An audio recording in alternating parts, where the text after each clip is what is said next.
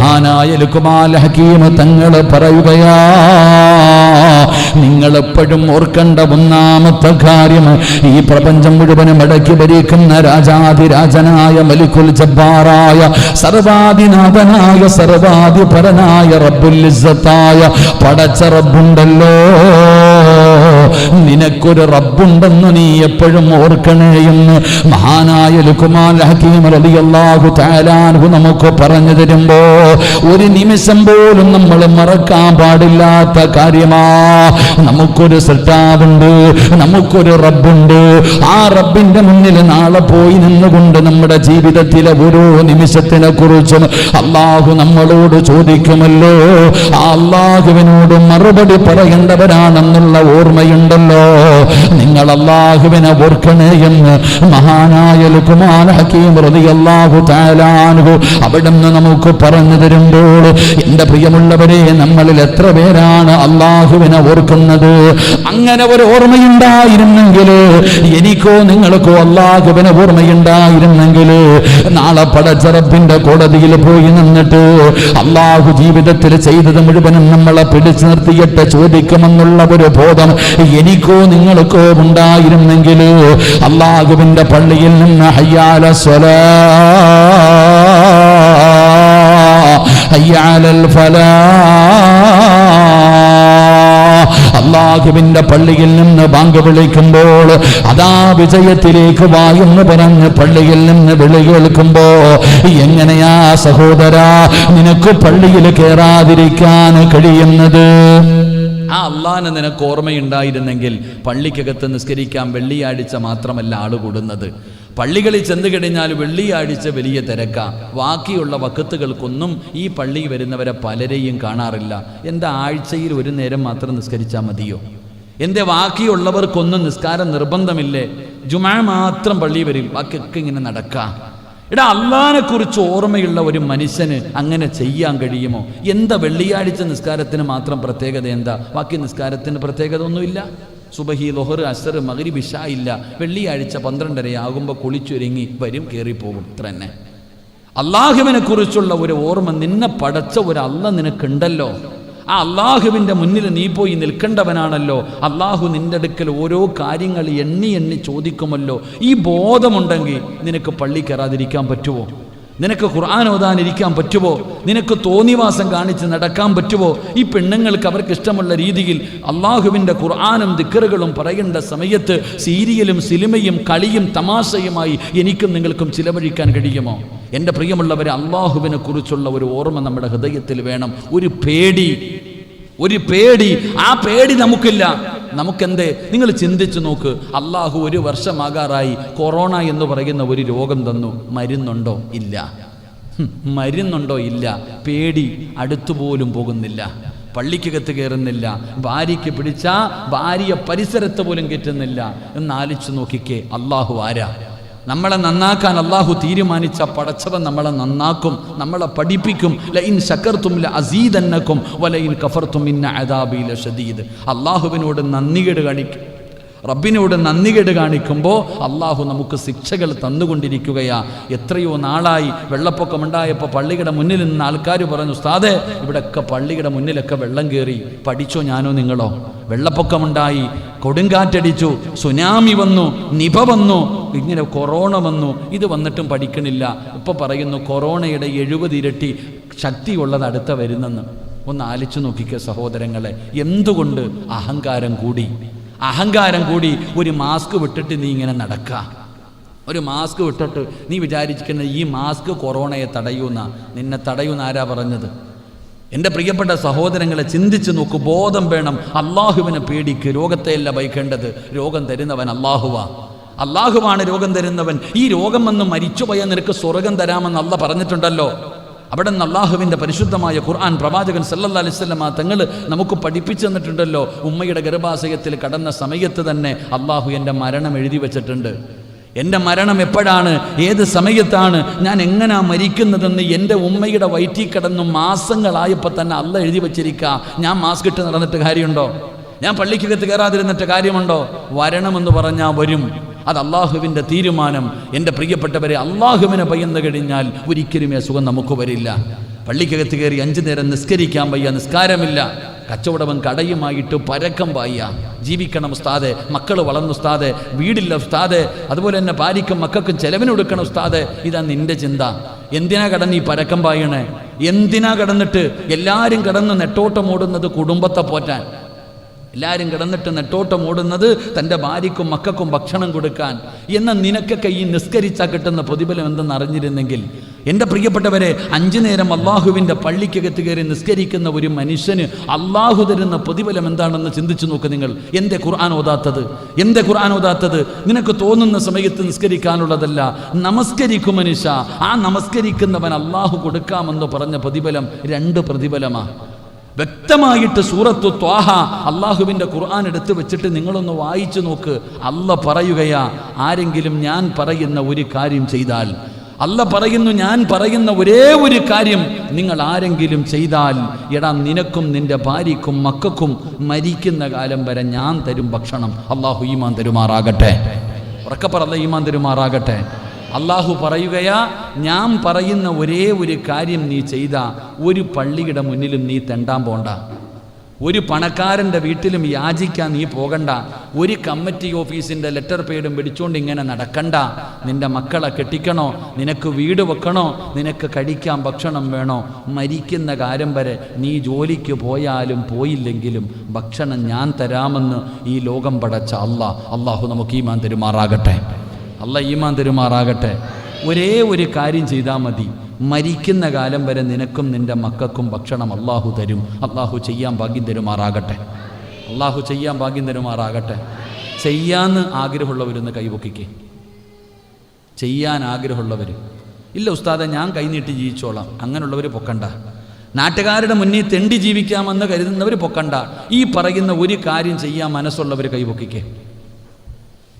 പൊക്കിയോ? അള്ളാഹുവെ പടച്ചവനെ, ആരെല്ലാം ഈ കൈ ഉയർത്തിയോ, മരിക്കുന്ന കാലം വരെ ഒരു മനുഷ്യൻ്റെ മുന്നിലും കൈനീട്ടി യാചിക്കേണ്ട ഗതികേട് ഈ കൈ പൊക്കിയവർക്ക് നീ കൊടുക്കല്ലേ അള്ളാഹുവെ. ഈ ഉയർത്തിയ കൈകൊണ്ട് ഹൗദുൽ കൗസറിൽ നിന്ന് മുത്തുനബിയുടെ കയ്യിൽ നിന്ന് വെള്ളം വാങ്ങിച്ചു കുടിക്കാൻ നീ ഭാഗ്യം കൊടുക്കണേ പടച്ചവനെ.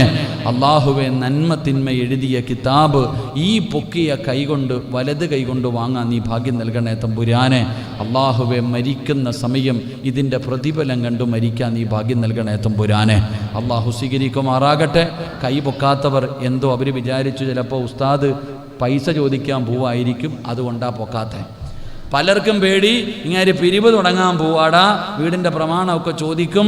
പെണ്ണുങ്ങൾ വിചാരിക്കും ഉസ്താദ് സ്വർണം ചോദിക്കാൻ പോവാണ്, അതുകൊണ്ടാണ് കൈ പൊക്കാത്തത്. നീ അങ്ങനെ തന്നെ ഇരുന്നോ. അള്ളാഹു നിനക്ക് ഹിദായത്ത് നൽകുമാറാകട്ടെ.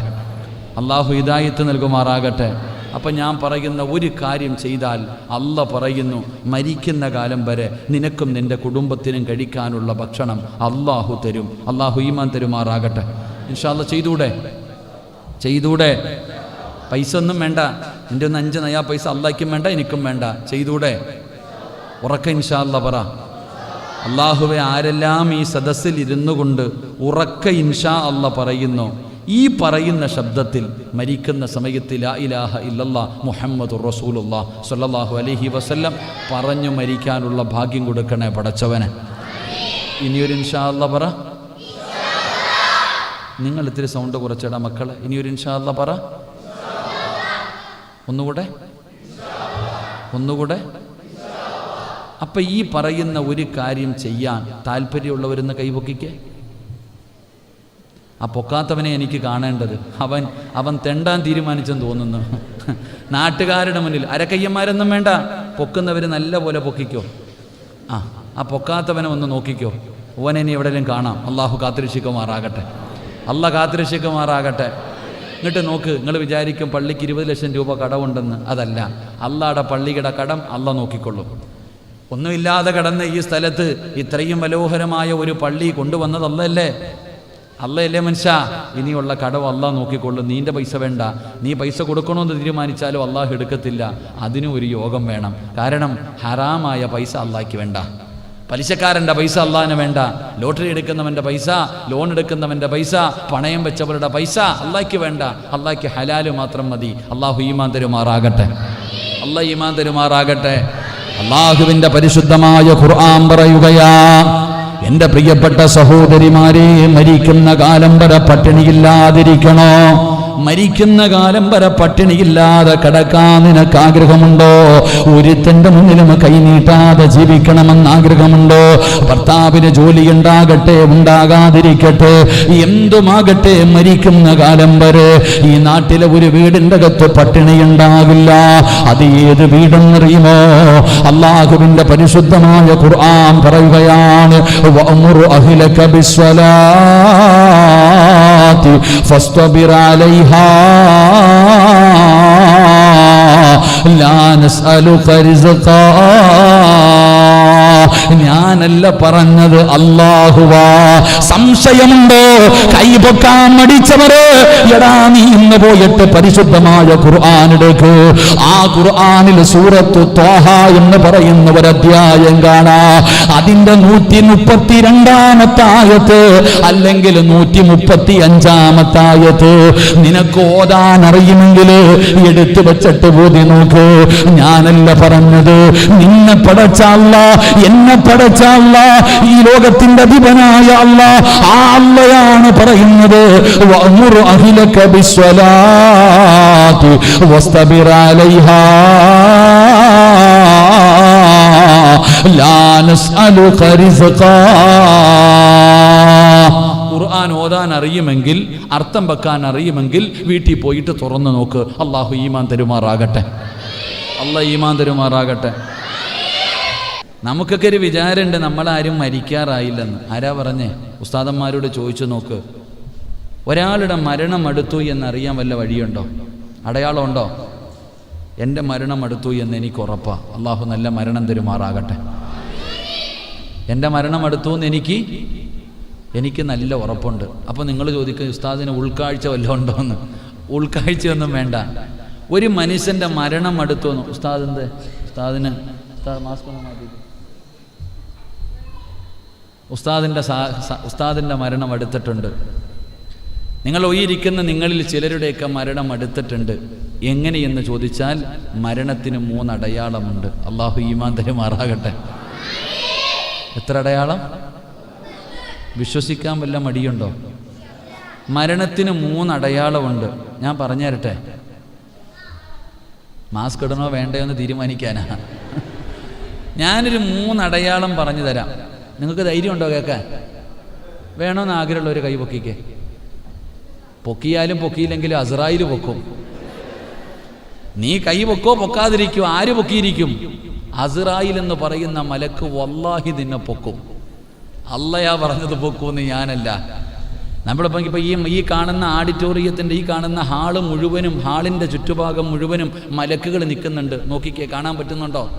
നോക്ക് ചങ്ങായിമാരെ, കാണാൻ പറ്റുന്നില്ല. എന്തുകൊണ്ട്? നിനക്കതിനുള്ള യോഗമില്ലാത്തതുകൊണ്ട്. നമുക്ക് കാണാൻ പറ്റാത്തത് നമ്മുടെ പോരായ്മ.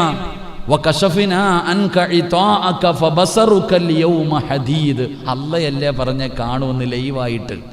അസ്രായിലിനെയും തൻ്റെ കൂടെ വരുന്ന മലക്കിനെ സിറാജും കാണും, നിങ്ങളും കാണും. അള്ളാഹു നല്ലതുപോലെ കാണാൻ ഭാഗ്യം തരുമാറാകട്ടെ.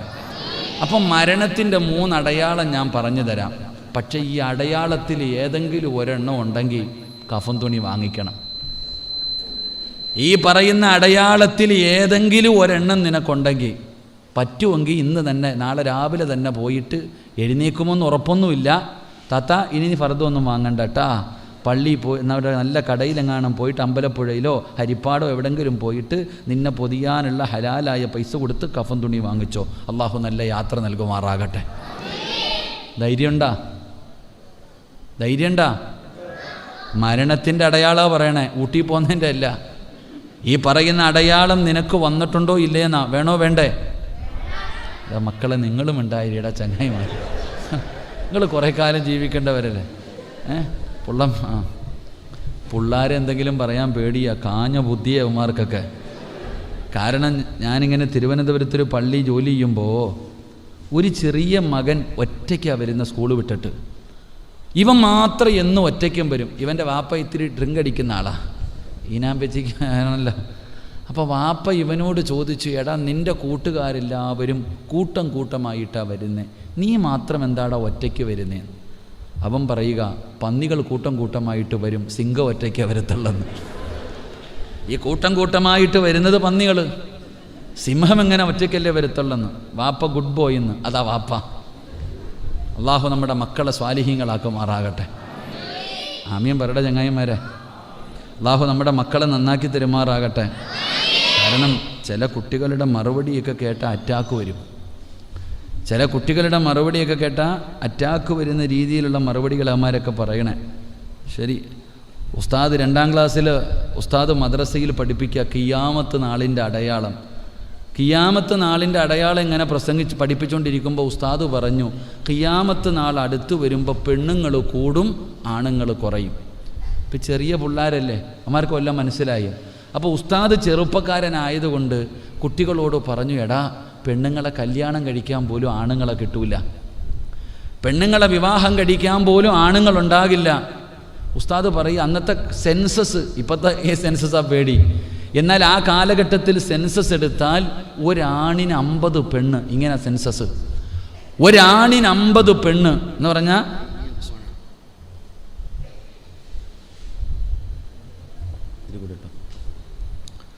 BP കുറഞ്ഞെന്ന് തോന്നുന്നു. അതിനല്ലേ ഉപ്പ് കഴിക്കണേ? അതോ മധുരമാണ്? എന്താപ്പാ ശരീരം വിയർക്കുന്നത്, അതുകൊണ്ടാണ്, വേറൊന്നും വിചാരിക്കല്ലേ.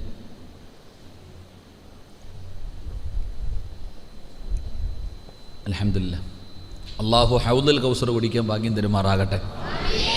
അപ്പോൾ ഉസ്താദ് പറഞ്ഞു, ഒരാണിന് 50 പെണ്ണ്, അത്രയും ആണുങ്ങൾ കുറയും, പെണ്ണുങ്ങൾ കൂടും. അപ്പോൾ ഉസ്താദ് പറഞ്ഞു, മക്കളെ പെണ്ണുങ്ങളൊക്കെ റോഡിൽ കിടന്ന് വ്യഭിചരിക്കും. അന്നത്തെ ചരിത്രമെന്ന് പറയുന്നത്, ഇന്ന് ആണുങ്ങൾ പെണ്ണുങ്ങളെ തേടി പോകും, അന്ന് പെണ്ണുങ്ങൾ ആണുങ്ങളെ തേടി വരും. അന്ന് അള്ളാനെ പേടിയുള്ള ചെറുപ്പക്കാർ പെണ്ണുങ്ങൾ വരുമ്പോൾ ഓടൂന്നാ, രക്ഷപ്പെടാൻ വേണ്ടി മരത്തിൻ്റെ മുകളിലൊക്കെ കയറും. ഉസ്താദ് ഇങ്ങനെ പറഞ്ഞു കൊടുക്കുമ്പോൾ ഒരു ചെറിയ പയ്യൻ പുറകെ ബെഞ്ചിൽ ഇരുന്നിട്ട് തൻ്റെ കൂട്ടുകാരനോട് പറയുക, അളിയ ജീവിക്കുവാണെങ്കിൽ ആ കാലഘട്ടത്തിൽ ജീവിക്കണമെന്ന്.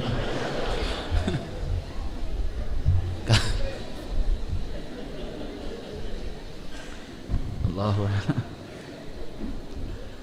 50 പെണ്ണുങ്ങൾ പുറകെ വരുന്ന കാലം. അവൻ്റെ വാപ്പ ഒരെണ്ണത്തിനെ കൊണ്ട് സക്കറാത്തിൻ്റെ വരി വരിക്കുക.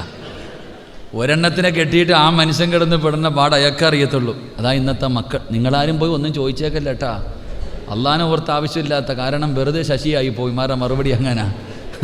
അള്ളാഹു നമ്മുടെ മക്കളെയൊക്കെ സ്വാലിഹീങ്ങളാക്കി തരുമാറാകട്ടെ.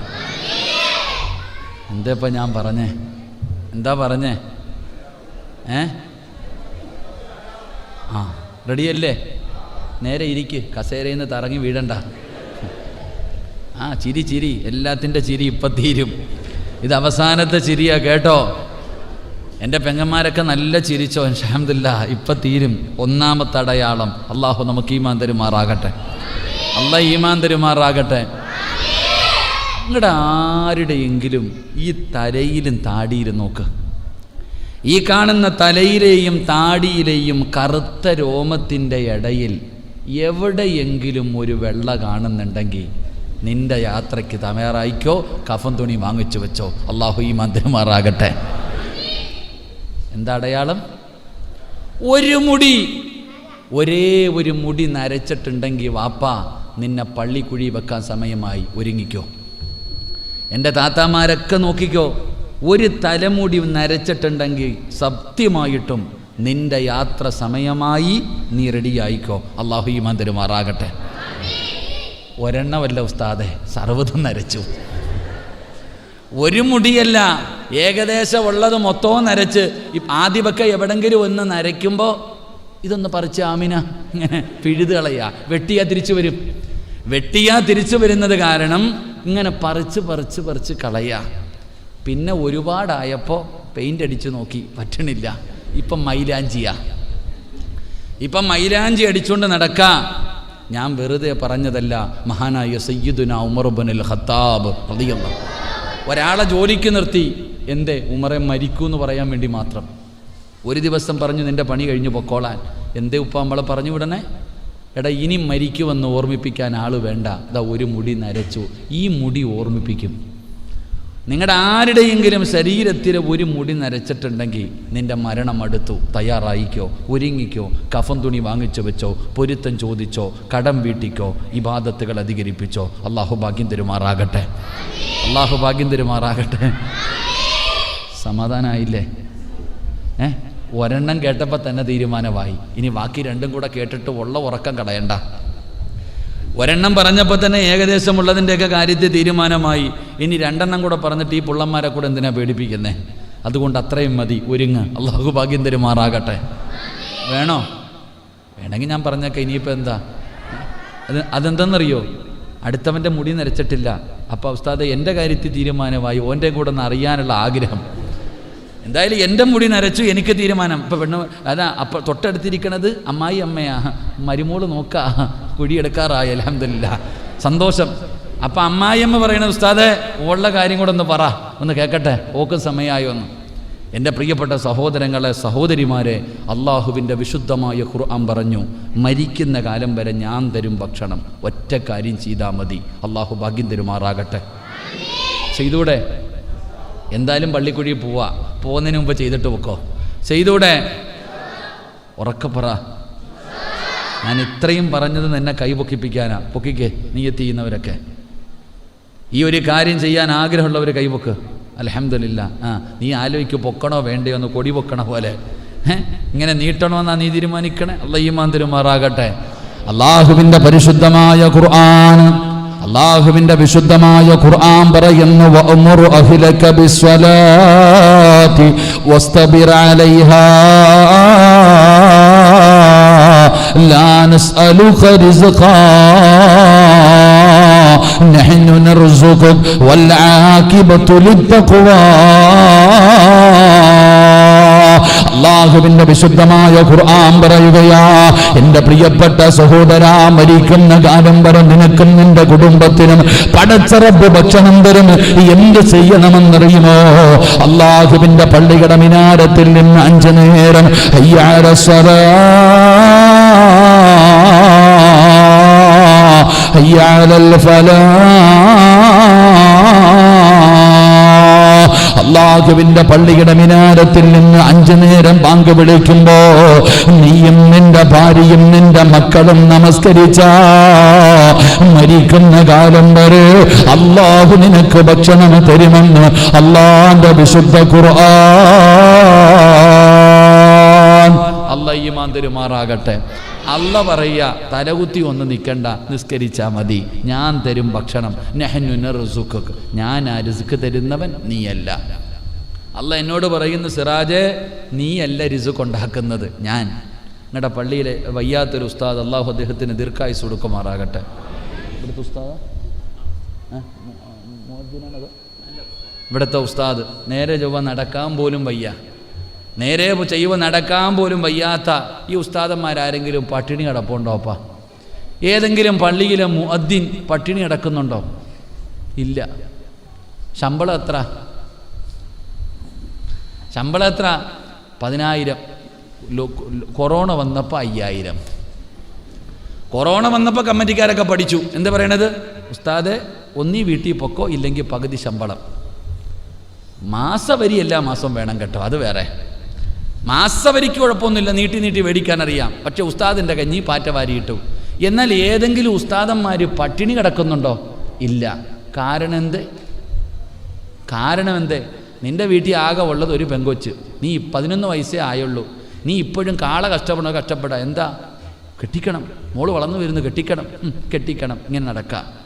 എന്നാൽ പള്ളിയിലെ ഖത്തീബ്, പള്ളിയിലെ പാവപ്പെട്ട ഉസ്താദിന് 3 പെമ്മക്കൾ, പിരിവെടുത്തിട്ടാ കെട്ടിച്ച്. നിങ്ങളുടെ വാപ്പ ഇപ്പം ആകെ നിനക്കൊരു മോള് വന്നപ്പോൾ നിനക്ക് ടെൻഷൻ, നിൻ്റെ വാപ്പ 3 എണ്ണത്തിനെ കെട്ടിച്ചു. എന്താ, ഗൾഫിൽ നിന്ന് കൊണ്ടുവന്നിട്ടാ? അല്ല. എങ്ങനെ കെട്ടിച്ചു? എൻ്റെ പ്രിയപ്പെട്ടവരെ, അല്ല പറഞ്ഞതാ 5 നേരം നിസ്കരിക്ക്, ഞാൻ നോക്കിക്കൊള്ളാം. അല്ല പറയുന്നു 5 നേരം നീ നിസ്കരിക്ക്. നീ മാത്രം നിസ്കരിച്ചാൽ പോരാ, പെണ്ണും പിള്ളയും മക്കളെയും കൊണ്ട് നിസ്കരിപ്പിക്കണം. അല്ലാതെ ആമിനായിക്ക് ചുരിദാറും മാക്സിയും മാത്രം വാങ്ങിക്കൊടുത്താൽ പോരാ, കൊടുത്തിട്ട് നിസ്കരിക്കാൻ പറയണം. സുബഹിക്ക് വിളിച്ചുണർത്തിയിട്ട് നിസ്കരിപ്പിക്കണം, മക്കളെ നിസ്കരിപ്പിക്കണം. നീ അങ്ങനല്ല, നീ നേരെ പള്ളിയിൽ പോയി നിസ്കരിക്കും, ആമിന കിടന്നുറക്കം. അള്ളാൻ്റെ ഖുർആൻ പറഞ്ഞത് ഖു അൻഫുസകും വ അഹ്ലീകും നാറ വഖൂദുഹന്നാസു വൽ ഹിജാറ. സിറാജെ ഒറ്റയ്ക്ക് പോടാന്നല്ല പറഞ്ഞേ, സ്വർഗത്തിൽ പോകുമ്പോൾ ഒറ്റയ്ക്ക് പോകാനല്ല പറഞ്ഞേ, പെണ്ണും പിള്ളേയും മക്കളെയും കൂടെ കൊണ്ടുപോടാന്നാ പറഞ്ഞേ. അതുകൊണ്ട് എൻ്റെ പ്രിയപ്പെട്ടവരെ, 5 നേരം നിസ്കരിക്ക്. മരിക്കുന്ന കാലം വരെ നിനക്ക് അള്ളാഹു പട്ടിണി തരില്ല. അള്ളാഹു നമുക്ക് ഈമാൻ തരുമാറാകട്ടെ, ഈമാൻ തരുമാറാകട്ടെ. ഇത് ഞാൻ പറഞ്ഞത് ബാങ്ക് വിളിച്ച എവിടെ പോകണം? കടയും കച്ചവടം എന്ത് ചെയ്യണം? താത്തേക്കണം. കടയും കച്ചവടം കപ്പ നിർത്തിക്കോണം. അല്ല വിളിച്ചു കഴിഞ്ഞാൽ പോയേക്കണം. അള്ളാഹു വിളിച്ചു കഴിഞ്ഞാൽ കട തന്നതല്ല, കച്ചവടം തന്നതല്ല. അള്ളാനെ മറന്ന ഇത് പൂട്ടും, എത്തിങ്ങാനയിലാവും, ഉള്ളതും കൂടെ പോകും. അപ്പം പിന്നെ അല്ല വിളിച്ചു കഴിഞ്ഞാൽ പള്ളിയിൽ പോ, നിസ്കരിക്ക്. അത് കഴിഞ്ഞിട്ടുള്ള കച്ചവടം മതി. അള്ളാഹു ഈമാൻ തരുമാറാകട്ടെ. 2 എൻ്റെ പ്രിയമുള്ളവരെ, അള്ളാഹുവിൻ്റെ വിശുദ്ധമായ ഖുർആൻ പറയുകയാ.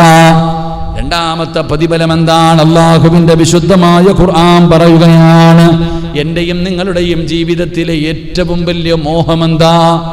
എൻ്റെയും നിങ്ങളുടെയും ജീവിതത്തിലെ ഏറ്റവും വലിയ മോഹം മരിക്കുമ്പോൾ ഈമാനോടുകൂടി മരിക്കണം, ഷഹാദത്ത് കലിമ പറഞ്ഞു മരിക്കണം, സ്വർഗത്തിൻ്റെ ചിത്രം കണ്ടുകൊണ്ട് മരിക്കണം. ഇതാണ് എൻ്റെയും നിങ്ങളുടെയും ജീവിതത്തിലെ ഏറ്റവും വലിയ മോഹം.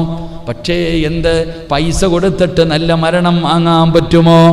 അള്ളാഹുവേ, എനിക്ക് വെള്ളിയാഴ്ച രാവിലെ നല്ല മരണം വേണം, 10 ലക്ഷം തരാമെന്ന് പറഞ്ഞാൽ അല്ല നിനക്ക് തരുമോ?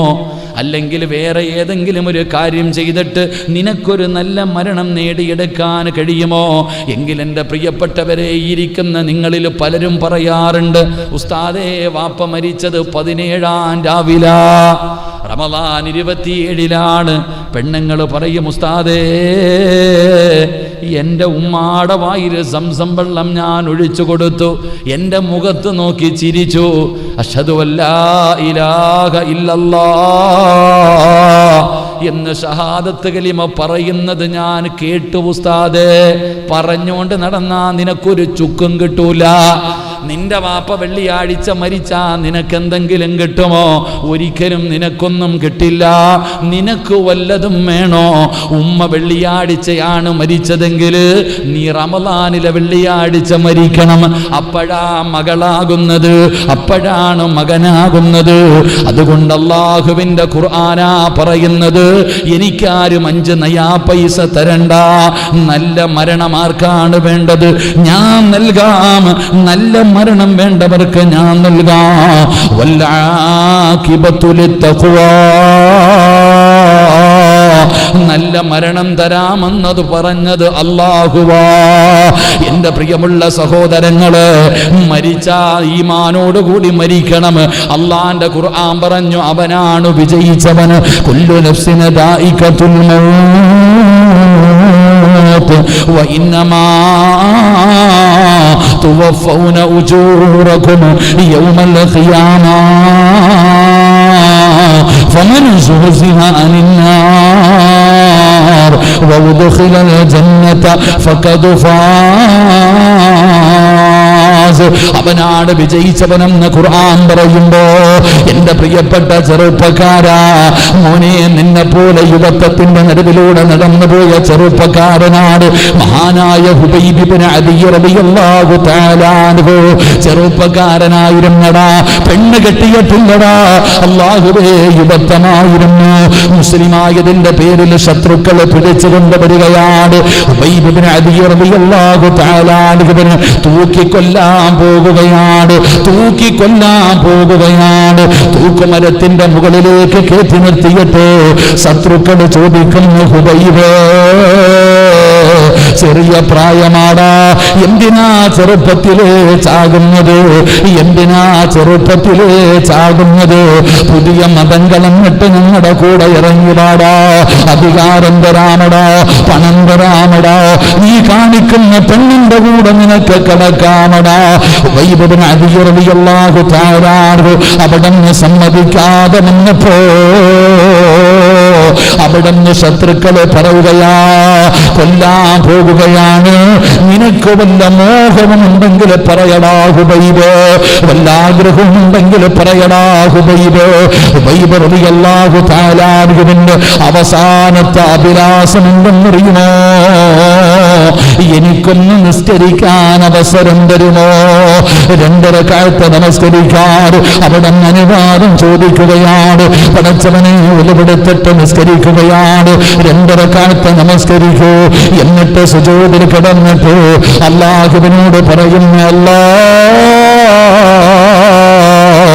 എപ്പ നമസ്കരിച്ചാൽ വലിയ സൂറത്തുകൾ ഓതിയിട്ടാണ് നമസ്കരിക്കാറ്. പക്ഷേ ഇന്ന് ചെറിയ സൂറത്തുകളാണ് ഓതിയത്. കാരണം എന്തെന്നറിയുമോ? എന്റെ നമസ്കാരം നീണ്ടുപോയാൽ ഇവന്മാര് വിചാരിക്കും എനിക്ക് മരിക്കാൻ പേടിയാണെന്ന്. ഉബൈബിനാല്ല ഭയപ്പെടുന്നത്. എടാ ചിരിക്കുന്ന മുഖത്തോട് ഉബൈബിന് അധികം പറയുന്ന ചെറുപ്പക്കാർ കഴുകുമരത്തിന്റെ മുകളിലേക്ക് കയറുകയാണ്. തന്റെ കഴുത്തിലേക്ക് കയറെടുത്തിടുകയാണ്. അല്ലാഹുവേ, ശത്രുക്കള് ചെയ്തതെന്തെന്നറിയുമോ? അവിടത്തെ കഴുത്ത് കിബിലയുടെ എതിരെ തിരിച്ചു നിർത്തുകയാ. ഉബൈബ് ഇബ്നു അദി റളിയല്ലാഹു തആല അൻഹു തൂക്കിക്കൊല്ലാൻ പോവാ. ചോദിച്ചു, എടാ നിന്റെ കൂട്ടുകാരനാ നീ, എന്തെങ്കിലും ആഗ്രഹം ഉണ്ടെങ്കിൽ പറ, എനിക്ക് നിസ്കരിക്കണം. അനുവാദം കൊടുത്തു. എന്നിട്ട് ശത്രുക്കൾ കഴുകുമരത്തിൽ കയറ്റി നിർത്തിയിട്ട് കിബിലയുടെ എതിർഭാഗത്തേക്ക് നിർത്തി കഴുത്തിൽ മുറുക്കി. ഹുബൈബ് റളിയല്ലാഹു തആല അൻഹു വേദന സഹിക്കാൻ കഴിയാതെ പിടയുകയാ. ശത്രുക്കൾ മുഴുവനും താഴെ നിന്നിട്ട് കളിയാക്കി ചിരിക്കുക. ആ കളിയാക്കി ചിരിക്കുന്ന സമയത്ത് എൻ്റെ പ്രിയമുള്ള സഹോദരങ്ങളെ, അള്ളാഹുവിൻ്റെ വിശുദ്ധമായ ഖുർആൻ എടുത്ത് നോക്ക്. മലക്കുകൾ ഇറങ്ങി വന്നു. അള്ളാഹുവിൻ്റെ മലക്കുകൾ ഇറങ്ങി വരികയാ. ഇത് നിസ്കരിക്കുന്നവന് കിട്ടുന്ന പ്രതിഫലം, വായി നോക്കി നടക്കുന്നവന് കിട്ടുന്ന പ്രതിഫലമല്ല. ഇത് നിസ്കരിക്കുന്നവനുള്ള പ്രതിഫലമാണ്. അള്ളാഹുവിൻ്റെ മലക്കുകൾ ഇറങ്ങി വരികയാണ്. അള്ളാന്റെ മലക്കുകൾ ഇറങ്ങി വന്നു. എന്നിട്ട് ചോദിക്കുന്നു, ഹുബൈബേ, എന്തിനാടാ പേടിക്കുന്നത്? എന്തിനാ നീ പേടിക്കുന്നത്? യാ അയ്യത്തുഹൻ നഫ്സുൽ മുത്മഇന്ന ഇർജിഇ ഇലാ റബ്ബികി റാളിയതൻ മർളിയാ ഫദ്ഖുലി ഫീ ഇബാദി വദ്ഖുലി ജന്നതി. മലക്കുകൾ ചോദിക്കുകയാ, എന്തിനാടാ ഹുബൈബേ കരയുന്നത്? എന്തിനാ പേടിക്കുന്നത്? എന്തിനാ വിഷമിക്കുന്നത്? നോക്കടാ, ആകാശത്തിന്റെ കവാടങ്ങൾ തുറന്നിട്ട് കൊണ്ട് അല്ലാഹുവിന്റെ മലക്കുകൾ സ്വർഗത്തിലെ പട്ടുവസ്ത്രം കയ്യിൽ പിടിച്ചുകൊണ്ട് നിൽക്കുന്നത് കണ്ടില്ലേ? എന്തിനാ പേടിക്കുന്നത്? അവിടുന്ന് പറയുകയാ, ഇർജിഇലാ റബ്ബികി റാളിയതൻ മർളിയാ. മലക്കുകൾ അവിടുന്ന് സമാധാനിപ്പിക്കുകയാ. അല്ലാഹുവേ, പ്രതിഫലം കേട്ടോ. നീ മരിക്കാൻ കിടക്കുന്ന സമയത്ത് ഷഹാദത്ത് കലിമ പറഞ്ഞു തരാൻ ആള് വേണ്ട. വാപ്പയുടെ ചാരത്ത് നിന്നിട്ട് മക്കള് ലാ ഇലാഹ ഇല്ലല്ലാഹ് പറഞ്ഞു കൊടുക്കുമല്ലോ. എങ്കിൽ 5 നേരം നിസ്കരിക്കുന്ന വാപ്പ ലാ ഇലാഹ ഇല്ലല്ലാഹ് പറയാൻ ആള് വേണ്ട. ഭാര്യയോ മക്കളോ കുടുംബക്കാരോ കൂടപ്പുറപ്പോ ഭാര്യയോ ഒരാളുടെയും ആവശ്യം നിനക്ക് വേണ്ട. 5 നേരം നിസ്കരിക്കുന്ന പെങ്ങളെ, നിനക്ക് ലാ ഇലാഹ ഇല്ലല്ലാഹ് ആര് പറഞ്ഞു തരുമെന്നറിയുമോ? മലക്കുൽ മൗത്ത് അസ്റായീൽ എന്ന് പറയുന്ന മലക്കുണ്ടല്ലോ. ഹുബൈബ് ഇബ്നു അദി എന്ന് പറയുന്ന ചെറുപ്പക്കാരനോട് അവിടെന്ന് പറയുന്നു, ഹുബൈബേ, പറയടാ ലാ ഇലാഹ ഇല്ലല്ലാഹ്. അല്ലാഹുവിന്റെ മലക്കുകളെ പറഞ്ഞു കൊടുക്കുകയാ. ഉബൈബ് റളിയല്ലാഹു തആല അൻഹുവിനോട് റൂഹ് പിടിക്കാൻ വന്ന മലക്ക് പറഞ്ഞു കൊടുത്തു, പറയടാ ഹുബൈബേ, ലാ ഇലാഹ ഇല്ലല്ലാഹ് മുഹമ്മദുർ റസൂലുള്ളാഹ്. അല്ലാഹു നമുക്ക് ഈമാൻ തരുമാറാകട്ടെ. നിസ്കരിക്കുന്നവന് ഷഹാദത്ത് കലിമ ആര് പറഞ്ഞു കൊടുക്കും? പറ, ആര് പറഞ്ഞു കൊടുക്കും? നിന്റെ പെണ്ണുമ്പിള്ളയും മക്കളും വേണ്ട. നിന്റെ ഭാര്യയോ നിന്റെ മക്കളോ നിന്റെ കുടുംബക്കാരോ നിന്റെ കൂട്ടുകാരോ നിന്റെ ഒരാളും വേണ്ട. നിന്റെ റൂഹ് പിടിക്കുന്ന മലക്ക് പറഞ്ഞു തരും, പറയടാ ഞാൻ നിന്റെ ദുനിയാവിലെയും ആഖിറത്തിലെയും കൂട്ടുകാരനാ, പറ ലാ ഇലാഹ ഇല്ലല്ലാഹ്. അള്ളാഹു അത് പറഞ്ഞു മരിക്കാൻ ഭാഗ്യം തരുമാറാകട്ടെ. അള്ളാഹു പറഞ്ഞു മരിക്കാൻ ഭാഗ്യം തരുമാറാകട്ടെ. സമയം 11 മണിയായി. നിർത്തട്ടെ? നിർത്താറായില്ലേ? നിങ്ങൾ വാച്ചി നോക്കുന്നു, ഞാനിപ്പോഴാണ് നോക്കിയേ. കറക്റ്റ് 11 മണിയായി. അള്ളാഹു ഈമാൻ തരുമാറാകട്ടെ. അള്ളാഹ് ഈമാൻ തരുമാറാകട്ടെ. ഒറ്റ പ്രതിഫലം കൂടെ പറഞ്ഞിട്ട് നിർത്തിയേക്കാം. 2, 1 നിസ്കരിക്കുന്നവനും മരിക്കുന്ന കാലം വരെ ഭക്ഷണം അള്ളാഹു തരും. 2 നല്ല മരണം തരും. 3 ഷഹാദത്ത് കലിമ അസ്റായിൽ പറഞ്ഞു തരും. അള്ളാഹു ഭാഗ്യം തരുമാറാകട്ടെ. 4 നിന്റെ മയ്യത്ത് ആര് കബറടക്കും? നിന്റെ മയ്യത്ത് ആര് കബറടക്കും? മഹാനായ ഹുബൈബ് ഇബ്നു അദി റളിയല്ലാഹു തആല അൻഹുവിന്റെ മയ്യത്ത് കെട്ടി തൂക്കിയിട്ടിരിക്കുക, അഴിക്കാൻ വിട്ടില്ല. മയ്യത്ത് അഴിക്കാൻ അനുവദിക്കുന്നില്ല, കെട്ടി തൂക്കിയിട്ടിരിക്കുക. ശത്രുക്കൾ കാവൽ നിൽക്കുക, അവിടെ കടന്നു പുഴുത്തു നാറട്ടെ. അള്ളാഹുവിന്റെ പ്രവാചകൻ സല്ലല്ലാഹു അലൈഹി വസല്ലമ തങ്ങൾ സഹാബത്തിനെ വിളിച്ചിട്ട് പറഞ്ഞു, സഹാബ, ഹുബൈബിന്റെ ജനാസ ആരാ കബറടക്കുന്നേ? ഒരു ചെറുപ്പക്കാരനായ സഹാബി പറഞ്ഞു, ഞാൻ പോകാൻ നബിയെ, ഞാൻ പോയിട്ട് കബറടക്കാൻ നബിയെ. അങ്ങനെ ആ സഹാബി വര്യൻ മയ്യത്ത് കബറടക്കുന്നതിന് വേണ്ടി വരുമ്പോൾ ശത്രുക്കൾ മുഴുവനും ഒരു ഭാഗത്തിങ്ങനെ കൂടി നിൽക്കുക. ഒരു പെണ്ണ് ഓടി വരുന്നു. സൗന്ദര്യവതിയായ നല്ല യുവത്വമുള്ള ഒരു പെണ്ണിങ്ങനെ ഓടി വരിക. ഓടി വന്നു ഈ ശത്രുക്കളുടെ മുന്നിൽ വന്നിട്ട് ആ പെണ്ണ് പറയുക, ഈ ഹുബൈബിന്റെ തല ആരാ എനിക്ക് വെട്ടിത്തരുന്നേ? ഈ ചത്തുകിടക്കുന്ന ഹുബൈബിന്റെ തല എനിക്ക് ആര് മുറിച്ചു തരും? എല്ലാവരും ചോദിച്ചു, എന്തിനാടി ഈ ചത്തുകിടക്കുന്നവന്റെ തല നിനക്ക് എന്തിനാ? അവന്റെ തലയോട്ടിക്കകത്ത് കള്ളൊഴിച്ചു കുടിക്കാനാ. ഹുബൈബ് ഇബ്നു അദി റളിയല്ലാഹു തആല അൻഹുവിന്റെ തല എന്തിനെന്ന് ചോദിച്ചപ്പോൾ ഈ പെണ്ണ് പറയാ, ഞാൻ ശപഥം ചെയ്തിരിക്ക, ഇവന്റെ തല വെട്ടിപ്പൊളിച്ച് തലച്ചോറെടുത്ത് മാറ്റിയിട്ട് ആ തലയോട്ടിക്കകത്ത് കള്ളൊഴിച്ചു കുടിക്കാമെന്ന് ഞാൻ ശപഥം ചെയ്തിരിക്ക. ആരാ എനിക്കൊന്ന് കൊണ്ടുതരുന്നത്? വെറുതെ വേണ്ട, ആരാണോ ഈ ഹുബൈബിന്റെ തല മുറിച്ച് തരുന്നവന് അവന് ഞാൻ എൻ്റെ ശരീരം തരാം. ഇങ്ങനെ തുറന്നു കാണിക്കുക. ആ യുവത്വം, ആ ചെറുപ്പക്കാരിയായ പെണ്ണ് അവരുടെ മുന്നിൽ ശരീരം തുറന്നു കാണിച്ചിട്ട് പറഞ്ഞു, എനിക്കവൻ്റെ തല കൊണ്ടുതരുന്നവന് എൻ്റെ കൂടെ കടക്കാൻ ഞാൻ അവസരം തരാം. അല്ലാഹുവേ, ചെറുപ്പക്കാർ ഓടുകയാ. ഹുബൈബ് ഇബ്നു അദി റളിയല്ലാഹു തആല അൻഹുവിന്റെ തല വെട്ടാൻ വേണ്ടി വാളും പിടിച്ചുകൊണ്ട് എല്ലാവരും ഓടുമ്പോൾ ഈ സഹാബി വര്യം പറയുന്നു, ഒരു മരത്തിൻ്റെ മുകളിൽ കയറി, ഈന്തപ്പന മരത്തിൻ്റെ മുകളിൽ കയറിയിട്ട് എന്താണ് നടക്കുന്നത് എന്ന് കാണാൻ മുകളിൽ കയറിയപ്പോൾ സുബ്ഹാനല്ലാഹ്, എന്തോ സംഭവിച്ചു. എല്ലാവരും ഓടുകയാണ്. 4 ഭാഗത്തേക്ക് തലവെട്ടാൻ പോയവന്മാരുടെ പൊടി പോലും കാണാനില്ല. എല്ലാവരും ഓടി. കുറേ സമയം കഴിഞ്ഞു ഈ മഹാൻ, ഈ സ്വഹാബി മരത്തിൻ്റെ മുകളിൽ നിന്ന് താഴെ ഇറങ്ങി ഹുബൈബ് റളിയല്ലാഹു തആല അൻഹുവിൻ്റെ മയ്യത്ത് തൂക്കിയിട്ടിരുന്ന സ്ഥലത്ത് ചെന്നപ്പോൾ സുബ്ഹാനല്ലാഹ്, ജനാസ കാണുന്നില്ല, മയ്യത്ത് കാണുന്നില്ല. അല്ലാഹുവേ, പടച്ചവനെ, ചരിത്രം പറയുകയാ, പൊട്ടിക്കരഞ്ഞുകൊണ്ടില്ല ഹദ്റത്ത് റസൂലില്ല, അല്ലാഹുവിൻ്റെ പ്രവാചകൻ സല്ലല്ലാഹു അലൈഹി വസല്ലമ തങ്ങളുടെ സന്നിധിയിലേക്ക് ഓടുകയാ, മുത്തുനബിയുടെ ചാരത്തേക്ക് ഓടുകയാ. നടന്നത് മുഴുവനും പറഞ്ഞു കൊടുത്തു. നബിയേ, ഹുബൈബ് റളിയല്ലാഹു തആല അൻഹുവിൻ്റെ ജനാസ കാണുന്നില്ല. പ്രവാചകൻ പറഞ്ഞു, ഖബറടക്കി. അള്ളാന്റെ റസൂല് പറഞ്ഞു, ഖബറടക്കി. ആര് ഖബറടക്കി നബിയേ? ആരാ ഖബറടക്കിയത്? എൻ്റെ പ്രിയപ്പെട്ട സഹോദരങ്ങളെ, 5 നേരം നിസ്കരിക്കുന്ന വാപ്പ, ഇത് നിനക്ക് പാഠമാ, ഇത് ചരിത്രമാ, ഞാൻ വെറുതെ പറഞ്ഞതല്ല. എൻ്റെ പ്രിയപ്പെട്ട പെങ്ങളെ, 5 നേരം നിസ്കരിക്കുന്ന നിനക്ക് അള്ളാഹു തരുന്ന ഒന്നാമത്തെ പ്രതിഫലം, മരിക്കുന്ന കാലം വരെ അള്ളാഹു നിനക്ക് ഭക്ഷണം തരും. 2, നിനക്ക് ഈമാനുള്ള മരണം തരും. 3, ഷഹാദത്ത് കലിമ മലക്കുകൾ പറഞ്ഞു തരും. 4, അള്ളാഹുവിൻ്റെ പ്രവാചകൻ അവിടെന്ന് പറഞ്ഞു, സ്വഹാബാ, ഹുബൈബിന്റെ ജനാസ മലക്കുകൾ കബറടക്കി സഹാബ. ഉബയ്യ് ഇബ്നു അദി റളിയല്ലാഹു തആല അൻഹുവിന്റെ മയ്യത്ത് കബറടക്കിയതും മലക്കുകളാ. മോനെ, അവസാനത്തെ മോഹം എന്തെന്ന് ചോദിച്ചപ്പോ നിസ്കരിക്കണമെന്ന് പറഞ്ഞ സ്വഹാബി, നിസ്കാരത്തിന് സ്നേഹിച്ച സ്വഹാബി, ആ സ്വഹാബിയുടെ മയ്യത്ത് കബറടക്കിയത് മലക്കുകളാണ്.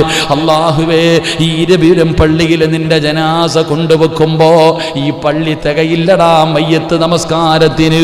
നിന്റെ ജനാസ ഈ പള്ളിയിൽ വരുന്നതിന് മുമ്പേ ഈ പള്ളിയും പള്ളിപ്പറമ്പും മുഴുവനും നിറഞ്ഞിരിക്കുകയാണ്. എന്തുകൊണ്ടെന്നറിയുമോ? ആരാ വരുന്നതെന്നറിയുമോ?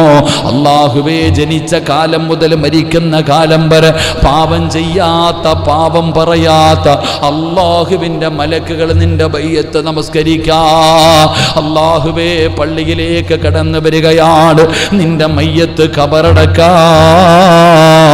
അല്ലാഹുവിന്റെ മലക്കുകൾ വരുമെന്ന് ചരിത്രം നമുക്ക് പഠിപ്പിച്ചു തരുമ്പോ ഇതിനെക്കാളും എന്ത് പ്രതിഫലമാണ് വേണ്ടത്? ഇതിനെക്കാളും എന്ത് പ്രതിഫലമാണ് വേണ്ടത്? അതുകൊണ്ട് എൻ്റെ പ്രിയപ്പെട്ടവരോട് പറയുകയാണ്, അല്ലാഹുവേ, അല്ലാഹുവിനെ നിങ്ങൾ മറന്നു പോകരുത്. ലുഖ്മാനുൽ ഹകീം റളിയല്ലാഹു തആല അൻഹു അവിടുന്ന് പറഞ്ഞു തരികയാ, രണ്ട് കാര്യങ്ങൾ നിങ്ങൾ ഒരു നിമിഷം പോലും മറക്കരുത്. അതിലെ ഒന്നാമത്തെ കാര്യം എന്താ? അല്ലാഹുവിനെ നീ എപ്പോഴും ഓർക്കണേ. അത് നിസ്കരിക്കുമ്പോഴാകട്ടെ, അത് ഖുർആൻ ഓതുമ്പോഴാകട്ടെ, അത് കള്ളു കുടിക്കുന്ന സമയത്താകട്ടെ, അത് വ്യഭിചരിക്കുന്ന സമയത്താകട്ടെ, അത് ഫോൺ വിളിക്കുന്ന സമയത്താകട്ടെ, ഏത് പാപം ചെയ്യുന്ന സമയത്താണെങ്കിലും എടാ ചെറുപ്പക്കാരാ, സുന്ദരിയായ പെണ്ണ് നിന്നെ വ്യഭിചരിക്കാൻ വിളിക്കുന്ന സമയത്ത് അല്ലാഹുവിനെ നിനക്ക് ഓർമ്മ വരണമടാ.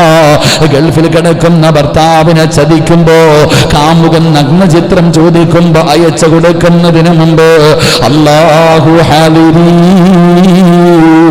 അല്ലാഹു നാലിരി, അല്ലാഹു ഷാഹിദി, അല്ലാഹു മഈ. എന്ത് ചെയ്യുമ്പോഴും നീ ചിന്തിച്ചോ, അല്ലാഹു ഹാലിരി, അല്ലാഹു ഹാദിറാട്, അല്ലാഹു കാണുന്നുണ്ട്, അല്ലാഹു സാക്ഷിയാണ്.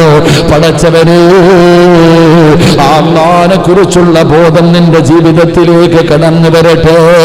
അതുകൊണ്ട് എൻ്റെ പ്രിയപ്പെട്ട പെങ്ങളോട് പറയുകയാ, മോളെ, മരണത്തിന്റെ അടയാളങ്ങൾ വന്നു കഴിഞ്ഞോ? എപ്പോ എവിടെ വെച്ചാണ് മരിക്കുന്നതെന്നറിയില്ല, ഏത് രീതിയിലാണ് മരിക്കുന്നതെന്നറിയില്ല. ഈമാനുള്ള മരണം വേണോ പെങ്ങള്? അല്ലാഹുവിനെ ഭയന്നുകൊണ്ട് ജീവിക്കൂ. പടച്ചവന് ഇഷ്ടമില്ലാത്ത കാര്യങ്ങൾ ചെയ്യരുത്. അല്ലാഹുവിന്റെ തൃപ്തിയും പൊരുത്തവും കരസ്ഥമാക്കാതെ പരിശ്രമിക്കൂ. എൻ്റെ പ്രിയമുള്ള സഹോദരാ, ഒരു നിമിഷം പോലും നീ അല്ലാഹുവിനെ മറക്കല്ലേ എന്ന് മഹാനായ ലുഖ്മാനുൽ ഹകീം റളിയല്ലാഹു തആല അൻഹു, അല്ലാഹു നമുക്ക് ഈമാൻ നൽകി അനുഗ്രഹിക്കുമാറാകട്ടെ. അതുകൊണ്ട് എപ്പോഴും എന്ത് ചെയ്യുമ്പോഴും നിങ്ങൾ നോക്കിക്കൊള്ളണം, അല്ലാഹു ഹാദിരി, അല്ലാഹു നാദിരി, അല്ലാഹു ഷാഹിദി, അല്ലാഹു മഈ. എല്ലാം അല്ലാഹ് കാണുന്നുണ്ട്. റബ്ബ് സാക്ഷിയാണ്. അല്ലാഹ് കാണുന്നുണ്ട്. നാളെ അല്ലാഹു നിന്നോട് ചോദിക്കും, എന്നോടും ചോദിക്കും. അല്ലാഹു കാത്തുരക്ഷിക്കുമാറാകട്ടെ. ലുഖ്മാനുൽ ഹകീം തങ്ങൾ പറഞ്ഞു, രണ്ട് കാര്യം ഓർക്കണം. ഒന്ന്, അല്ലാഹനെ ഓർക്കണം. എന്തായാലും പൊതിയുന്നല്ലേ ഉള്ളൂ, വരുന്നത് വരെ ഒന്നുകൂടെ പറഞ്ഞൂടെ? വേണോ വേണ്ടേ? കൈ പൊക്കിക്കേ. പൈസ ചോദിക്കുമ്പോൾ ഇതുപോലെ പൊക്കണം. ക്ഷണിക്കൊന്നും വേണ്ട, മോതിരമൊക്കെ ഊരിക്കോ. എന്തായാലും മുടിയൊക്കെ നരച്ചു, പള്ളിക്കുഴി പോവാ. പോകുന്നതിന് മുമ്പ് എന്തെങ്കിലുമൊക്കെ കൊടുത്തിട്ട് പോ. എന്തായാലും എന്തോപ്പാ ഫോണടിക്കണേ. അപ്പൊ രണ്ട്, മഹാനായ ലുഖ്മാനുൽ ഹകീം റളിയല്ലാഹു തആല അൻഹു പറഞ്ഞു, ഓർക്കേണ്ട രണ്ടാമത്തെ കാര്യം, മരിക്കുമെന്ന് എപ്പോഴും ഓർക്കണം. അല്ലാഹു ഈമാൻ തരുമാറാകട്ടെ. എന്തോർക്കണം? മരിച്ചു പോകുമെന്ന് എപ്പോഴും ഓർക്കണം. മറന്നേ പോകരുത്. നമുക്കാണെങ്കിൽ മരണത്തെക്കുറിച്ച് പറയുന്നത് തന്നെ ഇഷ്ടമല്ല. മരിക്കൂന്ന് പറയുന്നത് തന്നെ, മരിച്ച വീട്ടിൽ പോകാൻ പേടി. ഉസ്താദന്മാർ മരണത്തെക്കുറിച്ച് വഴുതു പറയുന്നത് പേടി. എല്ലാം പേടിയാണ്. എൻ്റെ പ്രിയപ്പെട്ട സഹോദരങ്ങളെ, ലുഖ്മാനുൽ ഹക്കീം റളിയല്ലാഹു തആല അൻഹു പറഞ്ഞു, നിങ്ങൾ മരണത്തെ ഓർക്ക്, എപ്പോഴും മരണത്തെ ഓർക്ക്. മരണത്തെ ഓർത്താൽ കിട്ടുന്ന പ്രതിഫലം എന്താ? മരണത്തെ ഓർത്താൽ എൻ്റെ പ്രിയപ്പെട്ടവരെ ജീവിക്കണം. അള്ളാഹു നമുക്ക് ദീർഘായുസ് നൽകി അനുഗ്രഹിക്കുമാറാകട്ടെ. അള്ളാഹു ദീർഘായുസ് നൽകി അനുഗ്രഹിക്കുമാറാകട്ടെ. ചരിത്രത്തിൽ കാണാം, മഹാനായ അബൂ തൽഹ റളിയല്ലാഹു തആല അൻഹു, അബൂ തൽഹ റളിയല്ലാഹു തആല അൻഹുവിൻ്റെ മുന്നിലേക്ക് ഒരു ഗോത്രത്തിൽ നിന്ന് 3 പേര് വന്നു മുസ്ലിമാകാൻ. അള്ളാഹുവിൻ്റെ പ്രവാചകൻ സല്ലല്ലാഹു അലൈഹി വസല്ലമ തങ്ങളുടെ മുന്നിൽ വന്ന് ഷഹാദത്ത് കലിമ പറഞ്ഞ് മുസ്ലിമായി. എന്നിട്ട് ഇവർ 3 പേരും അബൂ തൽഹ റളിയല്ലാഹു തആല അൻഹുവിൻ്റെ വീട്ടിലാണ് താമസിച്ച്. അബൂ തൽഹ റളിയല്ലാഹു തആല അൻഹുവിൻ്റെ വീട്ടിലാണ് താമസിക്കുന്നത്. അങ്ങനെ അവിടെ താമസിച്ചു കൊണ്ടിരിക്കുമ്പോഴാണ് പ്രവാചകൻ ഒരു യുദ്ധത്തിന് വേണ്ടി സഹാബത്തിനെ തിരഞ്ഞെടുത്തു. അപ്പോൾ ഈ 3 പേരിൽ ഒരാൾ മുത്തുനബിയുടെ മുന്നിൽ പോയി ആ യുദ്ധത്തിന് പോയി ഷഹീദായി. ആ മനുഷ്യൻ പോയി യുദ്ധത്തിന് പോയി ഷഹീദായി. രണ്ടാമത്തെ മനുഷ്യൻ, അബൂ തൽഹ റളിയല്ലാഹു തആല അൻഹുവിൻ്റെ വീട്ടിലുണ്ടായിരുന്ന രണ്ടാമത്തെ മനുഷ്യൻ കുറച്ച് നാൾ കഴിഞ്ഞപ്പോൾ വീണ്ടും ഇതുപോലൊരു യുദ്ധം വന്നു. അപ്പോഴും ആ മനുഷ്യൻ എന്ത് ചെയ്തു? ആ യുദ്ധത്തിന് പോയി ഷഹീദായി. 2 പേരും മരിച്ചു. മൂന്നാമത്തെ മനുഷ്യൻ വീട്ടിൽ കിടന്ന് മരണപ്പെട്ടു. 2 പേര് യുദ്ധക്കളത്തിൽ പോയി ഷഹീദായി, ഒരാൾ വീട്ടിൽ വിരിപ്പിൽ കിടന്ന് മരിച്ചു. അങ്ങനെ 3 പേരും മരിച്ചു. മഹാനായ അബൂ തൽഹ റളിയല്ലാഹു തആല അൻഹു ഒരിക്കൽ സ്വപ്നം കണ്ടു ഇവരെ 3 പേരെയും സ്വപ്നം കണ്ടു. നാളെ അള്ളാഹുവിൻ്റെ കോടതിയിൽ ഇങ്ങനെ നിൽക്കുക. ഈ 3 പേരിൽ ആദ്യം സ്വർഗത്തിലേക്ക് കടന്നുപോയത് ഈ വീട്ടിലെ വിരിപ്പിനകത്ത് കടന്നു മരിച്ച മനുഷ്യനാണ്. രണ്ടാമത് സ്വർഗത്തിലേക്ക് കടത്തിവിട്ടത് രണ്ടാമത് യുദ്ധത്തിന് പോയ ആൾ. ഏറ്റവും അവസാനം സ്വർഗത്തിൽ കടന്നത് ഒന്നാമത്തെ യുദ്ധത്തിന് പോയ ഷഹീദ്. അബൂ തൽഹ റളിയല്ലാഹു തആല അൻഹുവിന് അത്ഭുതമായി. മഹാനായ നബി മുഹമ്മദ് മുസ്തഫ സല്ലല്ലാഹു അലൈഹി വസല്ലമ തങ്ങളുടെ മുന്നിൽ വന്നിട്ട് ചോദിച്ചു, നബിയെ, ഞാൻ ഇന്നലെ ഇങ്ങനെ ഒരു സ്വപ്നം കണ്ടു. ശുഹദാഇനല്ലേ ഏറ്റവും കൂടുതൽ പ്രതിഫലം? ശുഹദാ അല്ലേ ആദ്യം സ്വർഗത്തിൽ പോകേണ്ടത്? യുദ്ധക്കളത്തിൽ പോയി പോരാടി വീരമൃത്യം വരിച്ച ശുഹദാ സ്വർഗത്തിൽ പോകുന്നതിന് മുമ്പ് വീട്ടിൽ കടന്ന് മരിച്ച മനുഷ്യനാ പോയത്. റസൂലുള്ളാഹി സ്വല്ലല്ലാഹു അലൈഹി വസല്ലമ തങ്ങൾ പറഞ്ഞു, അവന് ഷഹീദിൻ്റെ കൂലിയ. കാരണം ഒന്നാമത് മുസ്ലിമായി മരിച്ച ആള് കുറച്ചമലേ ചെയ്തുള്ളൂ, രണ്ടാമത്തെ ആള് കുറച്ചുകൂടെ ചെയ്തു, മൂന്നാമത്തെ മനുഷ്യനോ കുറച്ചുകൂടെ അമലുകൾ ചെയ്യാൻ പറ്റി. ഞാൻ പറഞ്ഞത് ദീർഘായുസ് അധികരിക്കുന്നത് നല്ലതാ, പക്ഷേ അതുകൊണ്ട് അള്ളാഹുവിനെ ഇബാദത്ത് ചെയ്യാൻ കഴിയണം. അല്ലാതെ വെറുതെ 10, 30 കൊല്ലം, 40 കൊല്ലം, 90 വർഷം ജീവിച്ചിട്ട് കാര്യമില്ല. ജീവിക്കുന്ന കാലത്തോളം അള്ളാഹുവിന് ഇബാദത്ത് കൊണ്ട് ചെയ്തുകൊണ്ട് ജീവിക്കാൻ കഴിയണം. അള്ളാഹുവിൻ്റെ പ്രവാചകൻ സല്ലല്ലാഹു അലൈഹി വസല്ലമ തങ്ങൾ പള്ളിക്കകത്തിരുന്നിട്ട് ഷഹീദിന് കിട്ടുന്ന 7 പ്രതിഫലം പറഞ്ഞു കൊടുത്തു. ശുഹദാഇന് കിട്ടുന്ന 7 പ്രതിഫലത്തെക്കുറിച്ച് വഅദ് പറഞ്ഞു.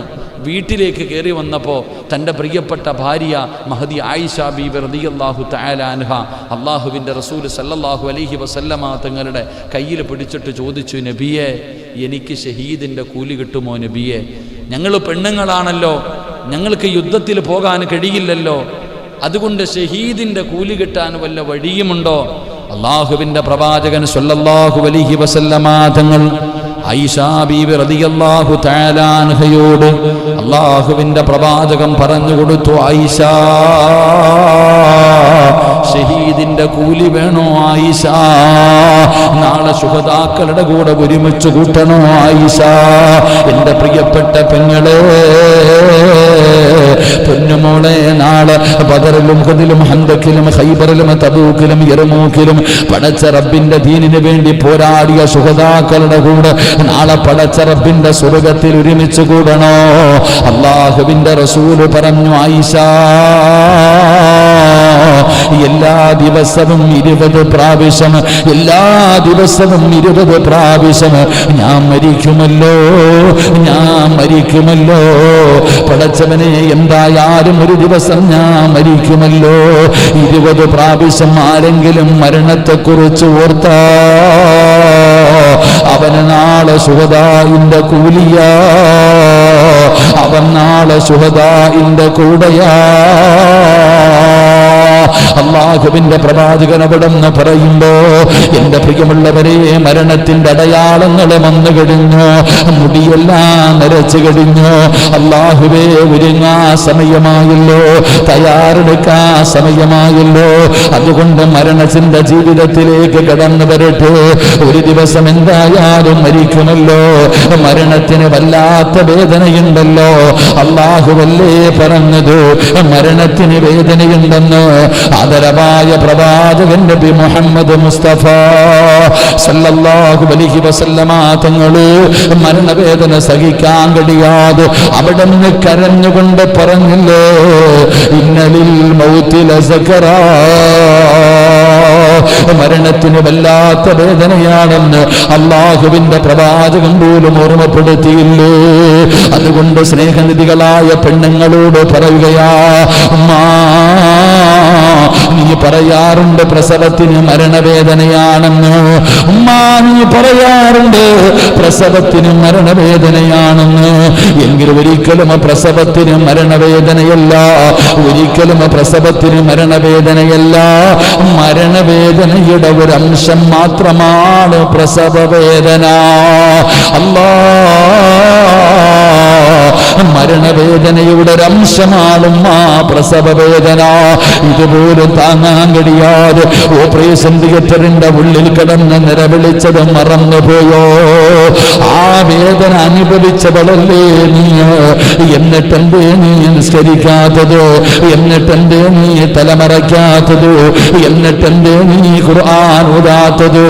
എന്നിട്ടെന്തേ നീ സ്വലാത്ത് പറയാത്തത്? എന്നിട്ടെന്തേ നീ സദഖ കൊടുക്കാത്തത്? അതുകൊണ്ട് എന്റെ പ്രിയമുള്ളവരോട് പറയുകയാ, മരണത്തിന് വേണ്ടി തയ്യാറെടുത്തോ. എപ്പോ എവിടെ വെച്ചാണ് വരുന്നതെന്നറിയില്ല, ഏത് രീതിയിലാണ് കടന്നു വരുന്നതെന്നറിയില്ല.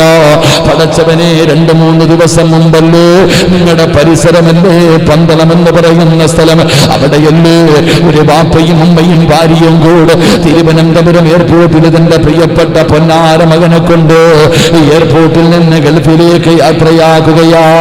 അവിടെ നിന്ന് ടാറ്റ കാണിച്ച് തന്റെ പൊന്നുമോനെ എയർപോർട്ടിൽ നിന്ന് യാത്രയാക്കുകയാണ്. എന്നാൽ അതേ ഫ്ലൈറ്റ് പിറ്റേ ദിവസം എയർപോർട്ടിലേക്ക് ഇറങ്ങുമ്പോ അതേ ചെറുപ്പക്കാരൻ തിരിച്ചു വരികയാ. ഒറ്റ ദിവസം കൊണ്ട് തിരിച്ചു വന്നോ. എന്തിനാ വന്നതെന്നറിയുമോ? തന്റെ പ്രിയപ്പെട്ട മാതാപിതാക്കളുടെ മയ്യത്തിന്റെ മുകളിൽ പിടിമണ്ണ് വാരിയിടാനാ. ഇത്രയുള്ള ചെറുപ്പക്കാരാ, അല്ലാഹുവേ, ആ ഖബർ നീ വിശാലമാക്കണേ അല്ലാ. ആ കുടുംബത്തിന് നീ സമാധാനം നൽകണേ അല്ലാ. ഒരു കൊതുകിന്റെ ചിറകിന്റെ വില പോലുമില്ല. നിന്റെ ജീവൻ അത്രയേ വിലയുള്ളൂ. എപ്പോ എവിടെ വെച്ചാണ് മരണം വരുന്നതെന്നറിയില്ല. അല്ലാഹുവിന്റെ മലക്കുകൾ നിന്നെ തേടി വരുമല്ലോ. എന്ത് ചെയ്യും ചെറുപ്പക്കാരാ? രക്ഷപ്പെടാൻ കഴിയുമെന്ന് നിനക്ക് തോന്നുന്നുണ്ടോടാ? നിന്നെ ആരാ രക്ഷപ്പെടുത്തുന്നത്? ആ മലക്കുകൾ കടന്നു വന്നു കഴിഞ്ഞാൽ അസ്റായിൽ എന്ന് പറയുന്ന മലക്കിന്റെ നേതൃത്വത്തില് 70 മുതൽ 70,000 മലക്കുകൾ നിന്നെ തേടി വന്ന. എത്ര വലിയ ആരോഗ്യമുള്ളവനാകട്ടെ, എത്ര വലിയ അധികാരമുള്ളവനാകട്ടെ, എത്ര വലിയ പണമുള്ളവനാകട്ടെ, മിണ്ടാതെ കടന്നു കൊടുക്കാനല്ലാതെ നിനക്കെന്ത് കഴിയാറാ? അല്ലാഹുവിന്റെ ഖുർആനല്ലേ പറഞ്ഞത്, അല്ലാഹുവിന്റെ ഖുർആനല്ലേ പറഞ്ഞത്, മോനെ, ആ മരണം നിന്നെ തേടി വന്നു കഴിഞ്ഞാൽ പിന്നെ നിനക്കൊരു മിനിറ്റ് പോലും മാറില്ലല്ലോ. വലയുഅഖിറല്ലാഹു നഫ്സൻ ഇദാ ജാ അജലുഹാ വല്ലാഹു ഖബീർ ബിമാ തഅമലൂൻ. ഒരു നിമിഷം പോലും അല്ലാഹു നിനക്ക് തരില്ല. ആരാ രക്ഷപ്പെടുത്തുക? ഒരാളും നിന്നെ സഹായിക്കാൻ കാണില്ല. കാരണം കല്ല ഇദാ ബലഗതി തറാഖിയ വകീല മൻ റാഖ് വമൻ അന്നഹുൽ ഫിറാഖ്. والتفت الساق بالساق إلى ربك يومئذ المساق. നിന്നെ രക്ഷപ്പെടുത്താൻ ആരും വരില്ല. അതുകൊണ്ട് വാപ്പാ മരിക്കണ്ടവനാ, വാപ്പാ മരിക്കണ്ടവനാ, ചെറുപ്പക്കാരാ ഒരു ദിവസം നീ മരിക്കണ്ടവനാ. എന്റെ പ്രിയപ്പെട്ട പെങ്ങള്, മരിക്കാൻ ക്യാൻസർ വേണ്ട, മരിക്കാൻ ട്യൂമർ വേണ്ട, മരിക്കാൻ കൊറോണ വേണ്ട, മരിക്കാൻ ശരീരം തളരണമെന്നില്ല, നിന്റെ കിഡ്നി തളരണമെന്നില്ല, ഒരു പനി പോലും വേണമെന്നില്ല. മോനെ പ്രായമാകണമെന്നാരാ പറഞ്ഞത്? മുടി നരയ്ക്കണമെന്നാരാ പറഞ്ഞത്? എപ്പോ വേണമെങ്കിലും മരണം നിന്നെ തേടി വരാ. തുഅമ്മിലു ഫിദ്ദുനിയാ طويلا ولا تدري إلى جن ليل هل تعيش إلى الفجر وكم من صحيح مات من غير علة وكم من مريض عاش دهرا على دهره